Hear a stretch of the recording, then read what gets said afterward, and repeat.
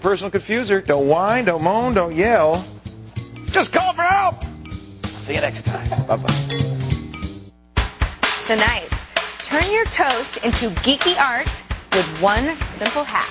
Plus, switch your Linux desktops in 3D. And we'll talk to Kevin Smith about his latest film, directing, comics, and a whole lot more. Live from the Tech TV studios in San Francisco, it's the Screensavers!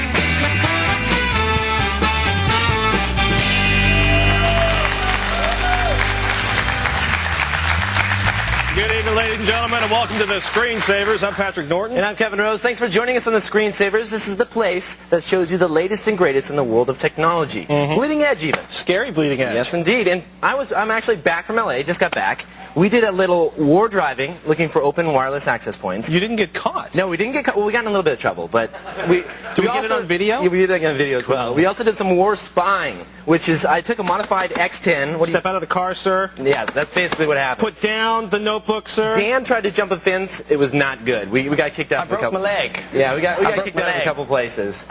But it was fun. We did war driving, war spying. Went to a bunch of different celebrities' homes to try and find and see if they had open access points. Any good pictures? Vanilla Ice had an open access point. It was pretty cool. For the kids out in the audience, we'll explain. Before he became an alternative rock star, he was a rap artist. That's right. Ask your parents. But that's all coming up on the Dark Side of Tech special, which is April 14th. That'll be a good one. It's going to be cool. It's pretty funny. Tonight, though, is really cool. We're building an internet toaster, a computerized toaster. I got to talk with Kevin Smith, who's like amazing director, and he's going to have some good stuff to say Big about fan of Kevin Smith. He's a good man. Well, it's Jersey Pride. But we got even more, actually. We'll talk what that's all about. Awesome, and I'm also going to show you 3D Linux. This is cool. This is really cool. It's kind of a different take on Linux. If you think Linux is really boring and geeky, I'm going to spice it up. This is very nice. It's beautiful. Yes, indeed. Sarah, what are you up to? You know, first of all, Dan did not break his leg. I saw you on a pogo stick at lunch. What? People do that with broken legs. What can I say? He was going for the sympathy before the phone call part. That's what I do. Yes, Dan. You do Don't admit phone those calls. clever methods. Yes. What should people do when they want to call you? They should give me a call, 888-989-7879. And what they should also do is also email us at thescreensavers@techtv.com. Excellent. Let's start off with the tech news that caught our eye today. Sarah has the first story. E-voting has been a big topic of debate in the recent months, and today software company Vote Here has decided to release the source code for its paperless ballot verification system. Vote Here's founder Jim Alder said, "Now it's up to the world to take a look, dig in, and give us their opinion." That's awesome. I'm glad. Smart. It's very smart. We've had a couple different people on the show that's talked about e-voting in the past, and they've always said this should not be a closed source technology. Absolutely People not. need to see the source code and see what's going on behind the scenes. Fine example of a closed source technology, Microsoft Windows. Are there enough holes? Have there been 235 virus announcements? There's been holes, there's been worms. We need trusted code. The only way to do that is to open it up and let everybody look for it. That's the only way we're going to find all the holes. So this is a great first step. We're really excited about this. We like that. So maybe someday we can vote on the web. Yeah, that'd be fun. Easy. All right. Next story. You guys ready? Okay. We're ready. Google's all over the news today. First one, we recently reported the search engine's announcement of their own email service called Gmail. Well, it turns out that a London-based research company has a trademark on the name Gmail and does not intend to share it. More to come on that. Also in Google News, the company is amidst controversy with a search listing that directs viewers to an anti-Semitic site when the keyword Jew is entered. Google's been hands-off so far in this, leading an online organization to get involved by Google bombing. That's a technique that exploits Google's search methodology of basing rankings on how many sites link to a given page to help kick off the site themselves, taking it into their own hands. Well, Google bombing, they've been trying to actually defend against this for a while. because they don't want people to skew the results. Yeah. And this just happens to be one of the results that has gone through their engine. It's been applied to all the different algorithms that Google uses to rank different sites. And it's a pretty wild system. Basically, they spider, they look around, and they base their Google rankings based on how many pages link to a particular source. Google bombing is the fine and vicious art of skewing the results. You may remember the Republican Party and the Democratic Party, where I think it was the George Bush Stinks.com site or a four-letter expletive we can't mention on a fine TVG show like this, but people can basically skew the results on Google by how they interconnect between a bunch of web pages. Yeah, I think that they're working on ways, last time we talked to Google, to get around this so they're not going to skew the results. But they said also, if you read the rest of the story, if they receive 50,000 votes, they'll take the listing off. And that's where it's in a debate because, somebody says, no, Google will not adjust any results, which is not true because for legal purposes and in fear of the DMCA, which is a pretty good thing to be afraid of, they've actually pulled stuff for the Kazaa links have been pulled off of Google, and actually in foreign countries they've pulled off results off the website. Google, great tool, not infallible. It's going to be really interesting to see how this one settles out. Yep. Next story. All right, listen to this one. If you're a surgeon, playing video games may actually help you in the ER. That's right. A recent survey by researchers with Beth Israel and the National Institute on Media and Family at Iowa State University found that doctors who spent at least 3 hours a week playing video games made about 37% fewer mistakes in laparoscopic surgery. The surgical procedure uses a tiny camera and instruments controlled by joysticks outside the body, a lot like video games. The research also found that surgeons who game perform the task 27% faster than their non-gaming counterparts. I'm glad this came out. I'm really glad this came out because Sarah is always saying to me, like, you game too much Halo. Now I can say I'm studying to become a doctor. No! That works out. Give it a rest. That's like tank driving. I know what Halo is. It's part of my study. I'm trying to further myself, if you will. Oh. Are you buying this? I'm not. Audience, are you buying this? No. Well, the part with the laparoscopic surgeons improving their eye-hand coordination, that I'll makes buy sense. into. But the justification that you're going to go to medical school because you play Halo, no. I don't know. I was trying to think of something that could, I want to play more video games. Can't blame me. You're just going to have to fight that up one with Sarah on your own time. And you will lose, sir. I will not. You will lose. Ladies and gentlemen, let's all thank Sarah for the news. Thank you, Sarah. You're welcome. And let's all have a good show. Wish you luck in your foolish pursuit of fighting that one out. Jim joins us on the Tech TV NetCam network from Providence, Rhode Island. Hey, Jim. Hey, Jim. Hi, guys. How's it going? It's going great. How can we help you today? Well, what my question is basically has to do with massive online multiplayer role-playing games and the video cards. I have one of the ones I play just started using DirectX 9 primarily, making it a requirement. And I'm trying to figure out, I had a ATI 9200 non-pro, and I want to upgrade to an ATI 9600 XT, 256 megabyte. Where's the bottleneck between the processor and the video card occur? Let me ask you two questions. What processor are you running? XP 90 or 2200. Oh, so Athlon XP 2200? Yes, sir. That's the exact same CPU I have, as a matter of fact. It's a nice processor, actually. What resolution are you playing the game at? 1024 by 768. I don't think you're going to run into much of a bottleneck on the processor. Where they tend to run into that is when you're basically, there's two things going on. If you've got a big giant screen like 1600 by 1200, the bottleneck tends to be the graphics card. If you've got 1024 by 768, you can pump so many pixels through the graphics card before they get to that screen. You're basically talking about the processor being the bottleneck. At 1024 by 768, you're not going to see the difference between, say, 100 frames per second and 350 frames per second. You know what I mean? It's like a benchmark test at 640 by 480. Great way to test processors. Great way to see, which graphics cards have bottlenecks. Not a particularly useful. It's like, wow, I can play Quake at 275,000 frames per second. Woo! It's not much. You're not even going to see it. But Jim, what type of games are you trying to play? Well, I play EQ, which is EverQuest. And I get, whenever there's, 30, 40, 50, 75 people on the screen at one time, you get this really bad frame rate. How fast of internet connection do you have? Cable.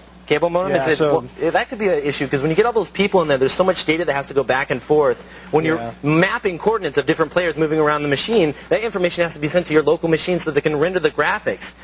Sometimes we've seen problems with slow internet providers, things of that nature. But probably ask around on the boards Yeah. because when you're talking about as many characters as you're talking about moving around, you're talking about a huge amount of information for the graphics card to process. So I'm waiting for other players and their modem speeds as well as my own, and my own modem speed.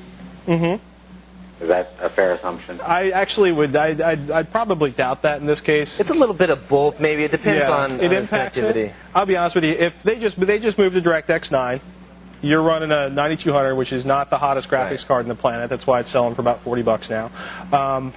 Brentano's jumping in. On Star Wars Galaxies, there's the same problem. Right. That when there are so many people on the screen that the computer can't keep up with it. And these machines that we have here, our new LAN party machines, are the 5950s and the big Athlon 64s, and they still slow down when there's a bunch of people on the screen. So it's I think it's processor because that seems to speed it up a bit when you go up a bigger processor. So you're saying graphics card isn't going to help, more processor might help. What about at the server end? Is it getting bottlenecked at the server end? I doubt it. I mean, the servers are massive. I mean, they're huge, huge servers. And I think it's got to be processor because when you spin for example, when I spin the view in Galaxies and it comes up a bunch of whole people, the system just bogs down. The graphic quality doesn't change, and it doesn't seem to make a difference if I turn the quality of the graphics on or off. So I think it's processor, and in this case, we can't. The game's still too powerful for the computers we have. Well, that's some depressing news, right, Jim?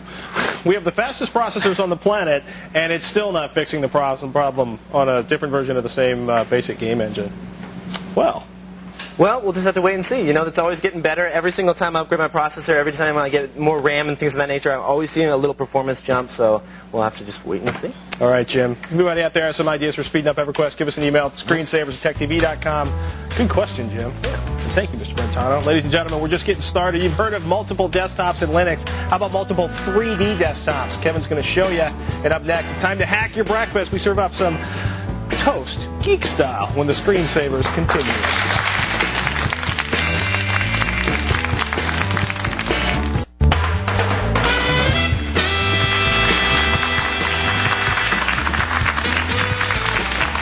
Fancy modding your morning toast. Our next guest has devised some ingenious hacks from the incredibly useful to the just plain peculiar. He's the author of Hardware Hacking Projects for Geeks. We want to welcome Scott Fulham to the Screensavers. Scott, this is serious business. It is. You've set up, this is a pretty classic. Can we get a shot of the toast? You're putting words and images in the front of toast. That's correct. There was some inspiration here. That's correct. The internet toaster, I guess. Robin Southgate. A number of years ago, I was surfing the web and came across an internet toaster. And basically what he had done is he had found a way to toast patterns on bread. And I thought, well, that's interesting.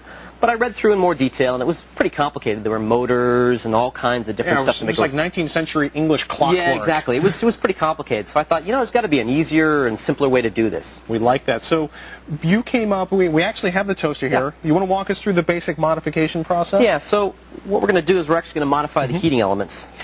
So the first thing you do is you carefully disassemble an unplugged toaster. Actually, there's one thing before that. Ask your mother's permission before you just... and then one thing before that, unplug the toaster. Toaster, electricity, shock, pain, anguish, bad.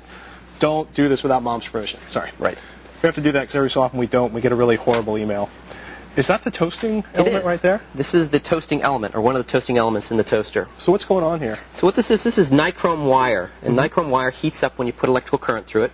And the material it's attached to is called mica. It's a fireproof material. It's been around for ages. It's like isinglass is gone, but mica That's right. mines will never shut down. Exactly. So what you're going to do is you're going to expose this part of the toaster, and you're going to modify it. What you're going to do is you're going to modify it by, don't you hold on to it here, we're going to independently control the top and bottom heating elements. And the way we do that, and you flip it over, is we're going to cut the heating elements here, dividing it top and bottom. I'm going to rewire it here and here, according to the instructions in my book. Very cool. And the wire we're going to use high temperature appliance wiring so that inside the toaster it won't burn up. So if I pull a bunch of zip cord off of an old stereo, it will melt inside That's the toaster. right. It will melt and will smell bad, and your toast will smell bad and all that. And you'll probably have to throw the toaster out. That's correct. How do you actually get the design itself burnt onto this? Right. So what it is, I took a piece of 8-gauge copper wire, and I bent it into a pattern that's approximately the top or bottom of the toasting elements. Cool. And what this is acts as a mask, and that mask will allow the toast to be toasted everywhere except that pattern. So it imprints it on your toast. And how are you actually bending these up? I took a pair of pliers, and I bent it up into a pattern. Either this one or I have another one here. The Linux Penguin? That's right. So basically get creative and learn how to use those pliers. Exactly. We like it. So how do we actually control this? Right. So we have a top and bottom. We can that's turn it right. on You've and got that off. independently controlled, and what you do is we've built a controller here, and the controller switches a relay that either connects the top or bottom elements. And this controller actually has a couple of buttons here that will allow you to select between hot and cool toast here. This is serious. You put some time into this. I did. And this box also has an RS-232 serial port, so you can send serial commands at it. Or if you want to be old-fashioned, you can actually just install a toggle switch. Will there be a USB or a web controller in the future? That's correct, 2.0. I like that thought. So you could have actually done this with a couple of switches, but you decided to go for the microcontroller. That's right, exactly. Very cool. There's like 20 other projects in the 20 or 12? Take a look. Probably 20-odd projects. 20-odd project. What's your next favorite project in here? The big one, the building-size display. This is awesome. Yeah. So that's like MIT a few years ago. They started playing Tetris on the wall of one of their dormitories. This hack allows you to put giant display pictures and games on the side of a building. So that would be the next one. You didn't come back and like help us light up a building? Certainly. This is cool. What's going to come next for you? Well, right now I'm working on a electronic beer mug. It'll keep your beer cold using an old CPU cooler. Yoshi's going to be so jealous. Great stuff. Ladies and gentlemen, if you want to get more information on this, the book, Hardware Hacking Projects for Geeks, and be sure to read Scott's step-by-step article. He's got photos, he's got diagrams, and you can find it all at thescreensavers.com. Great stuff, Scott. Thanks. Ladies and gentlemen, still to come, I had the honor to talk with Kevin Smith about comic books, his Mac obsession, and getting back on people who say mean things on the internet. And up next, find out where to find old driver software with our next caller. All coming up on the Screensavers continues.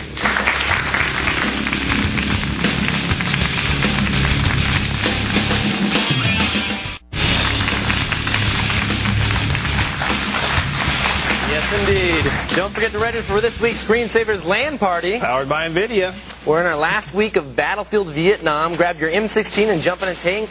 It's time to frag yourself a screensaver. And to top it off, not only are we running the LAN party, we're also customizing and giving away our LAN party machines. Nice machines. Yeah, very nice machines. You have two chances to win. First, simply register for our LAN party and you're automatically entered. And second, be sure to watch for our secret code word during the LAN party on Thursday. You'll enter that into the website and that'll increase your odds even further. We'll be giving away one machine per week for the next 3 weeks, and you can enter each week. So go to our website and click on Join Our LAN Party to register. You must have the full version to play the game, but you can register even if you don't have the game. And we will see you this Thursday for the Screensavers LAN Party. Very cool. Ladies and gentlemen, Dennis joins us on the phone from Louisville, Kentucky. Hey, Dennis. Hey. Hey, Patrick. And Kevin. Yeah, I'm Kevin. What's up, Dennis? Old world. How can we help you, man? Well, I've got an older motherboard here with my CPU Builder's Premium Starter System, and I'm trying to find the latest, any place I can find the latest drivers for this motherboard. It seems that the manufacturer has stopped making this model and do not have any updated drivers for it. Can you find any driver? I mean, if you have a new motherboard, it's really easy to find drivers, right? Look, you can even find commercials built right on the motherboard. Who made that motherboard, Dennis? I believe it's VIA. VIA Technologies? Yes. What's a good thing there? Have you basically the first place you start is by checking the manufacturer's website. Do they even list any information on the board? I couldn't find any. See, the thing is that VIA normally, now correct me if I'm wrong, Pat, but they don't normally make motherboards. They make the chipsets that run the motherboards. Right. So it's probably, do you happen to know the actual name of the manufacturer of the motherboard? To my understanding, it was VIA Technology, but I do know that it has a VIA chipset as well. Right. One of the things you can try to do, and we really don't recommend it, is you can, and VIA almost never posts drivers because they want you to buy them, like Kevin said. If you find out what chipset it is, you can actually find another motherboard manufacturer and try to install their drivers. That works sometimes it doesn't. What you want to do is find out is if you can find the manufacturers, like, I don't know if we can even get a shot of that, but right down there in little tiny white script in there, it says that this is a gigabyte motherboard. And if you can't find an actual name, you see it right there, it's the little logo, and it's a GAC G7VX AXP. If you can't find something like that, what you can look for is over here. And every product that's sold in the United States should have one of these things right here, and it's an FCC ID. Right. And if you find that FCC number on there, and it's going to be like a 7 or 5 digit number, it's really hard to find. But if you do that, what you can do is enter it into the FCC ID search page. And that's a great thing because a lot of really inexpensive motherboards and graphics cards, they don't put the manufacturer's name on them because somebody just whips off 200,000-300,000 of them and sells them. Right. You can go through here, you can enter the number in the ID search page, and you can find out who made it. And then you can find out if they have a web page that's devoted to that. That's I had people at this CPU builders, when I called for tech support, one told me that my motherboard was made by DFI. So I tried to download the drivers, and I got a message on my screen telling me that my motherboard was not a DFI model. Right. So then someone at DFI checks into it, and they tell me that it's actually made by a PC partner. Now, the drivers, I don't know. I don't think they went through, but the BIOS update did. What operating system are you trying to install on this, Dennis? I've got XP Home Edition. And XP doesn't have it. It's kind of funny because usually XP will actually have almost all the drivers you need for any motherboard. If the chipset's made by a major manufacturer, XP should be able to install all the drivers you need. If it doesn't, you can try. You already tried it, right? By looking at DFI. Sometimes they look for the DFI brand on the motherboard, and if it doesn't work, one of the websites. Yeah, one of the websites you might want to take a look at is viaarena.com. I've been there. Have you been there? Because they have all the. You've heard of the 4-in-1 drivers, right? Yes. Okay. Did you install any of the 4-in-1 drivers for VIA? Yeah, I've got the latest one on there. And it worked out for you? That worked when you installed those, or so far? Because normally it's just the 4-in-1 drivers that you need to install, and that takes care of everything as far as the chipset is concerned. And from that point forward, you just go out and find your video card drivers, and then you should be set. Yeah, I mean, you sounds like you've walked through the process. Is there some feature on the motherboard you just can't get to run, or? Well, I'm just trying to make sure everything is as up to date as possible because I just recently got through checking my graphics card. I just recently updated from a 64 megabyte card to 256. Right. And of course, I also just got through upgrading my RAM from 384 meg to 1.5 gigs. You know what? It sounds like you've gone through, you've installed XP, you've found the drivers, you've double-checked. At this point, there's not much else you can do. About the only thing you could do would be to upgrade the motherboard and the chip and the memory and find some newer hardware technology. But I think you're covered in terms of the drivers, Dennis. Yeah. Not much else to go with on that one. Good one, man. Thanks for the call, Dennis. Here is Sarah with a quick tip. That's right. If you love customizing and tweaking Windows, and I know you do, I've got a great site for you. Check out beltfire.net. It's a site dedicated to belting. No, it's dedicated to changing the way Windows looks, feels, and runs. You can change themes, boot logon screens, and even download new icons. I'm in browser heaven. Now, don't go anywhere. Kevin's running Linux. But not just any Linux, it's 3D. And after the break, Patrick chats with Kevin Smith about his latest film, Jersey Girl, comic books, and a lot more. It's all when the Screensavers continue.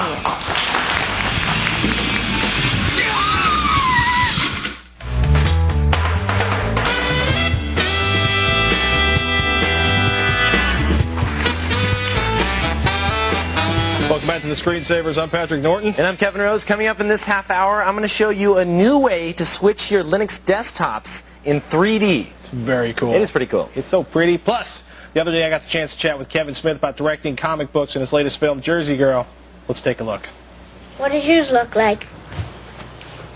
Gertie, time for Brian to go home.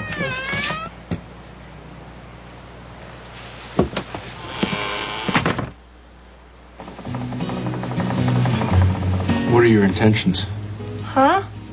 What are your intentions with my daughter? Do you plan on marrying her? I don't know. Okay, Brian, you can go now.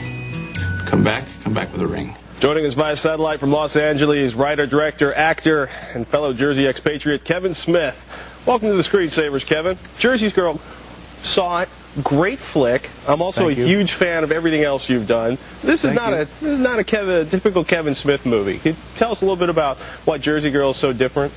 I mean, it's certainly different from Jay and Bob, right? I mean, it's kind of a 180 from that movie, but It's at the same time not that different to me than Chasing Amy. You know, it's kind of a mixture of comedy and drama. It centers on relationships or awkward relationships, and we just kind of swapped out the lesbian for a 7-year-old girl this time around. Jersey Girl is by far, I think, the tightest movie you've done. What changed from earlier movies beyond, of course, you know, Jay and Silent Bob departing? Well, I think we're missing out on all that wonderful profanity I'm usually trading in, and by virtue of the fact that we got the 7-year-old girl in the movie, you can have people running around screaming vulgarities in her face. So I don't know. To me, it doesn't feel that different. You know, I mean, it's obviously a different set of relationships. It's more about family. I don't think I've ever made a film about family before. They've always been about, you know, extended families, the relationships between friends and boyfriends and girlfriends. Never, you know, the familial relationships. So this is really the first time I'm kind of tackling that. I may be projecting here, but I always the first thing, about 20 minutes into Jay and Silent Bob, was like, I suddenly realized this movie was like, you know, dreaming about the damage some part of you wants to rack on every weenie online that's talked smack about you anonymously. I mean, the closing scene, the airplanes, Jay and Silent Bob, you know, tracking down people by their online names and putting the smackdown on them. You know, is you having fun? Is there some part of you that wishes you were just callow enough to fly to every house in North America and teach 14-year-olds manners? Or that was kind of that was anger management therapy for me in that movie. You know, just kind of going out there and taking retribution, you know, against all the people who jump online and be like, you're a hack and stuff like that, or far worse than that, actually. We've got a fair number of comic book loving geeks watching the Screensavers. I mean, what's it like being a fan of comic? I mean, you're openly a fan of comic books in Hollywood. It seems like nobody who directs comic book movies are supposed to really enjoy reading the comic books. I mean, do you feel that way watching them? Or it's true. I mean, it's getting a little better, but there have been a lot of people who've made comic book movies talking about, like, well, I'm not a reader myself, but, you know, I'm going to try to interpret this Byzantine material. And for me, it's like, what? If you're not a fan, what are you going near it for? But, you know, that being said, and people like Bryan Singer, who says he's not really a comic book reader kind of guy, who did a great job with X-Men 2. But I think, you know, why not give the material to some guy who actually likes comic books, who wants to bring that sensibility to the screen? I know you're doing the Green Hornet as your next project. Are there any other sort of fantasy comic book directing gigs you'd love to have? For me, no. I think comic books have always been a little daunting ever since that Superman experience I had writing the script back in '96, because usually you're dealing with a too many cooks syndrome, or there's just so many people working on the movie. You've got to please the studio, you've got to please the producer, you've got to please in the case of Superman, DC Comics as well. You've got to appease fandom, listen to me. You've got to appease the entire fandom. You've got to appease whoever winds up directing the movie, although I got booted, so that didn't matter. You got to appease whoever winds up being the star, and you also have to kind of please yourself in the process. And that's way too many cooks to deal with, you know. But with Green Hornet, I only have to answer to one guy. I just have to answer to Harvey Weinstein, you know, the chairman of Miramax. So that feels okay. I answer to him, I answer to myself. And there's not like a rabid fandom for the Green Hornet like there is for a lot of other comic book characters, so I got more wiggle room. You know, I won't be stepping on eons of history or backstory or mythos. So it's in terms of making a comic book movie, this is the best opportunity that I'll ever have or would ever want to do so. That's going to be, I mean, it's interesting. You've written for movies, you've actually written for the Green Arrow, you've written for Daredevil. Is it a little more daunting to write for the comic books because of all the history in some of those? No, that's fun because, A, you're working for a much, much smaller audience. They're more vocal, but they're still a smaller audience. And as long as you kind of honor what's gone before you, you'll be relatively okay. And it's also great because I just write it and hand it off to a dude who visually realizes it. In the case of Daredevil, that was Joe Quesada, who took my material and made it 100 times better than what I had written, thanks to his gorgeous visuals. Yeah, the film looks great. Now, barring the lightsabers and the CG sheep that didn't make the final cut in Jay and Silent Bob Strike Back, you know, you're not really a big CG kind of director. Is that going to change big special effects in Fletch 1 or the Green Hornet, maybe? I mean, Green Hornet will definitely have a lot of CG, but Jay and Silent Bob Strike Back had about 120 CG shots. That many? CG shots. Yeah, there was quite a bit in that movie. I apologize. But, oh no, it's hidden. You know, it's sometimes it's removal of things, and sometimes it's just corrections or something. There's actually a little bit of CG in Jersey Girl as well. We had to add snow, and we went through the building in the opening shot. We track across the New York City skyline and go through this building, and it's snowing, and then we go right through the window, and we're in a room. So that was a big CG shot for us. And also the really subtle stuff, like at one point Affleck has this really horrendous large tattoo on his arm, and it popped out of the shirt. His shirt kind of went up and revealed it, and this character's the kind of guy that wouldn't have a tattoo, particularly that tattoo. So we went in there and digitally erased it. It's really kind of wonderful what we can do with that stuff. Robert Rodriguez is somebody who champions digital editing. He's basically, seems like all of his post-production is done in the oversized garage he's built on his house. Do you plan on moving in that direction? I mean, well, we've been digitally editing for years now. Ever since Chasing Amy, we've been working on the Avid system. In terms of shooting digitally, which Robert's a really big proponent of, I don't know if I'm ready to jump there yet, because at the end of the day, it's video, and the medium's called film, so I'm kind of a little bit of a purist when it comes to that. Kevin Smith, thank you so much for taking so much time to talk with us today. Thanks for having me, man. Good talking to you.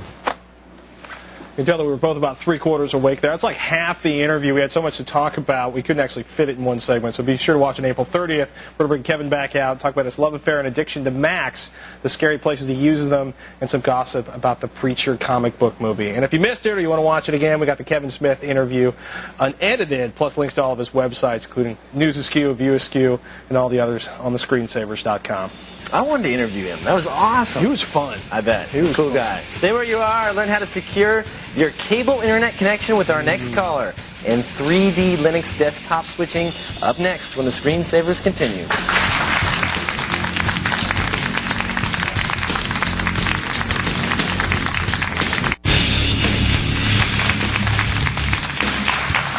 A few weeks ago from a viewer that said, I love Sarah's Windows tweaks and tips, but what about the hardcore Linux customizations? Well, we've shown Black Box and some other alternative Windows environments for Linux, but today I wanted to show you two fun tweaks for KDE, Matrix GL and 3D Desktop Switcher. So let's take a look at them right here. I have it installed, a Linux box. What's KDE? KDE is the desktop environment, or one of the desktop environments for Linux. That's what I'm running right here. So when you see all these menus and the scroll bars and everything, the whole operating environment, that is KDE. So it could be that or GNOME or even other Exactly. ones. There's like a whole handful of 10 or 15 of them. So I went with KDE on this one, and I'm in the shell right now. If you look at the bottom of the screen, you can see me zoomed in here. And what I love is this is Debian Linux, and what I love so much about it is you can choose you can do installations using an apt-get command. And what apt-get does is it makes it so easy for you to install applications. If you want to install something, you don't have to compile it. You don't have to go through all of that headache that you do with. You don't have to manually install and check for updates in 40 different folders inside of Linux. Exactly. All you do is type apt-get space the name of the application. In this case, I'm going to do apt-get install space. I believe it's the GL matrix. And then once I hit enter there, it is going to go ahead and install the GL matrix into the machine. And once I do that, all I have to do is click on these settings here, and I'm going to choose another setting here. This is within the KDE desktop environment. If you take a look at here, it says the behavior setting is to say allow programs to run in the desktop window. So that means that applications can actually replace your desktop. Oh, weird. So I've done that, and I launched the GL. This is GL Matrix, so that has replaced my desktop altogether. That's basically a 3D Matrix-like screensaver, but it's actually your desktop. You can click on the KDE Start menu and get all your different things. It definitely beats a standard JPEG. But aside from that, now, if I want to switch multiple desktops, which I love doing in Linux, if you take a look at the bottom here, the bottom center here, you're probably used to this right here. This is your 1, 2, 3, and 4. Your different. You can click on that. That'll give you desktop 1. That'll give you the desktop 2, desktop 3, and desktop 4. Now, on each of the desktops, you can have different things running. Like this is a Konquer web browser that I'm running apple.com. Here I have a homepage at google.com. So if we can pull all the way out, I'm going to show you the switcher now. This is the 3D switcher. All I have to do is click this button here. You want to take a full of the screen here, and it's going to shrink it all down into windows, allowing me to choose exactly which desktop I want. And those are all being rendered in 3D. Exactly. They're all being rendered in 3D, and all I have to do is say, I want the Google desktop. Boom, right there. I'm back into Google. So I can click on that again and then choose exactly which one I want. If I want, let's say, the Mac desktop, let's go back to that. There it is. And these are two fun, little, easy-to-install tweaks that you can do in KDE. I shouldn't say easy to install because it took me a while to get here. If you live and breathe and die in Linux, they're an easy install. For the rest of us, that only play with Linux every few weeks, like you and I, it's like we have to operate on Windows because all the applications that we use for work are on Windows. Exactly. So we forget a lot of the commands. But this is a cool little application. For the links to download, Debian Linux, which is what I'm running here, Matrix GL, or the 3D desktop switcher, visit the show notes at thescreensavers.com. Cool. Oh, and I want to give thanks to my friend Corey Altide for suggesting the application and helping me set it up. Go Corey. Yeah, he's a good guy. Good stuff. Yeah, it's cool. Coming after the break from dial-up to cable, what did you have to change your security habits when your connection's always on? We'll tell you all about it after these messages.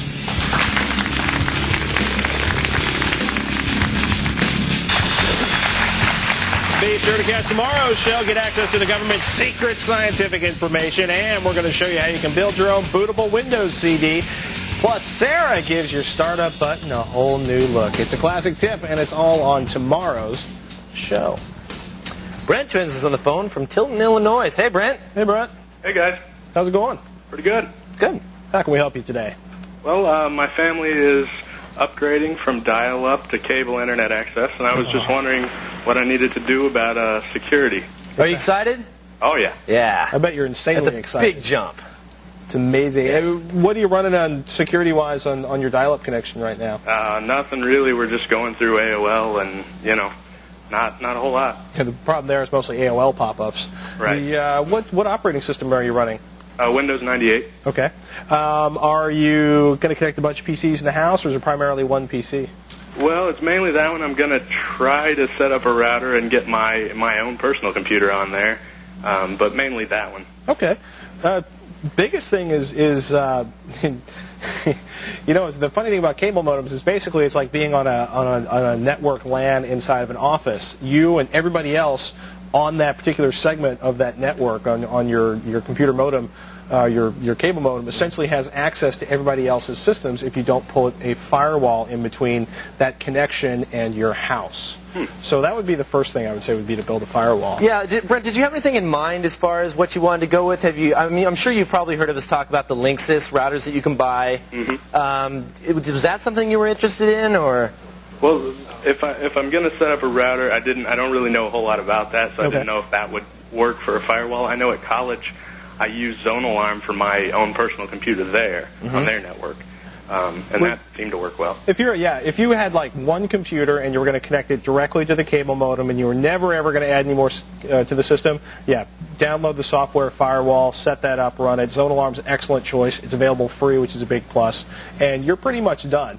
The nice thing about the hardware firewalls, and they're not real sophisticated. Kevin will tell you this. They're the stuff that's inside of a Linksys router, not the most sophisticated thing in the planet, but unless you've really ticked off somebody, it's more than enough to keep people out of your house. I was going to say the router. I know you run a firewall at home, and I just have a Linksys router set up, and I've never had any issues whatsoever.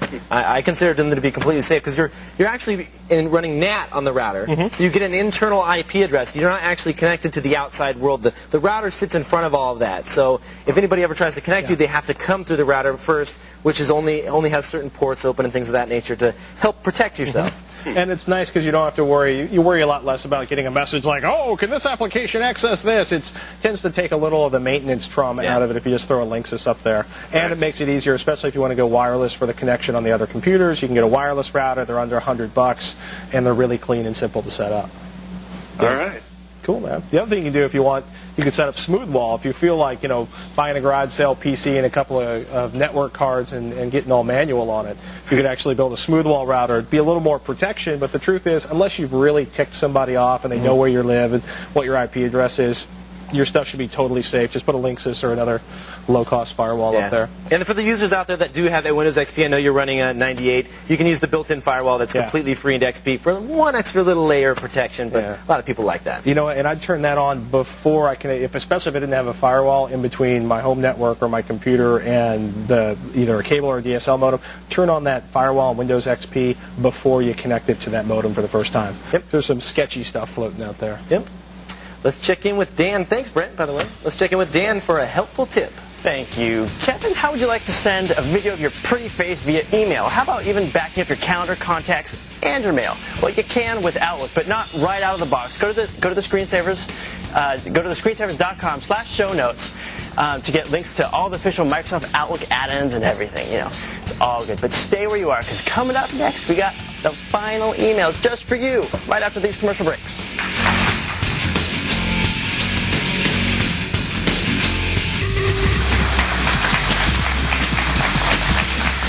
Emails are already starting to pour in, and the nice thing about having a live show is that we can answer them in real time. I have one real quick about my segment. Is both applications that I demoed free? Yes, they are. Will they run on Windows? No, they will not. And does it also, one other thing, you want to know if it took up a lot of the CPU time on the processor, because it looks very graphically intense, and in actuality it does not. Take a look at it here at home base.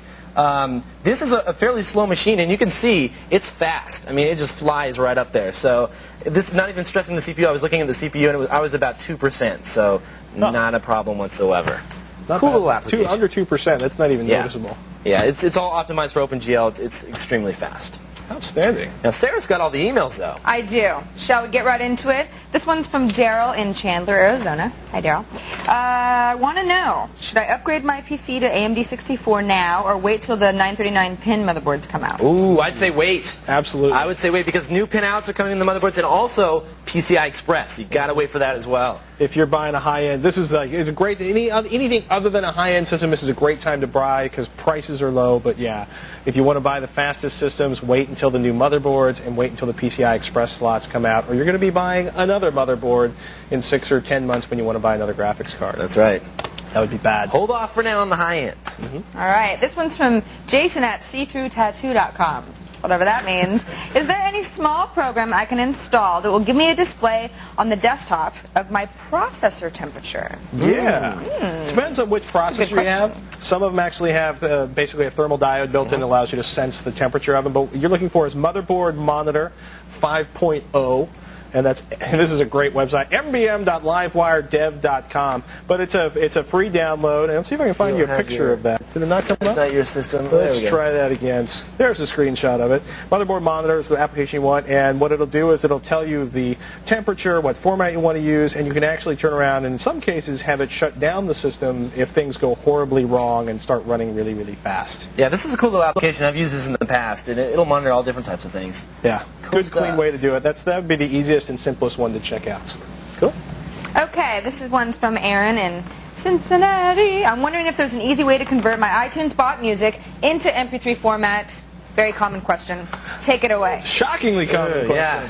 There's a way to do it. I mean, I don't know of any way within iTunes. You can do it the other way. You can convert your MP3s into AACs. Yeah. But you could burn it off to a CD, and then once you burn it, it puts it back to standard audio CD. Then you could re-rip it in a different application or choose MP3 within iTunes and re-rip it. But the whole point of the digital rights management they built into the AAC code that they use to distribute the songs is to make it really difficult for you to crack the code and be able to use them freely. Burn a disc, rip it in MP3. But then you're losing quality. Yeah. When you burn it to a disc and rip it back, you're going to be losing some quality. You could buy the original CD in the first place. There you go. Yeah. That works too. Okay. Save yourself the process. Or there's Kazaa. Just kidding. I didn't hear that. Neither did I. La, la, la, la, don't hear you. Okay, Josh wants to know, I'm trying to find an easy way to burn videos that I download into DVD format that my PS2 will read. Buy a Mac. Yeah, you know who really knows about this is PS2. Dan, you know about this. You tried to play something in your PS2 the other day. Right. Does it play Plus or Dash, or what did you figure out on that? What was it? I think it wasn't playing Plus, but it did play Dash. It plays Dash, yeah. Okay, I believe that's what it is, yeah. Yeah, so the PS2s will not play anything that's burned on a Plus R or Plus RW media. But it will burn to a Dash R? It will play the Dash R burned it. So what you have to do, I mean, Dan went out and you went to Best Buy, right, and picked up a DVD player? Yeah.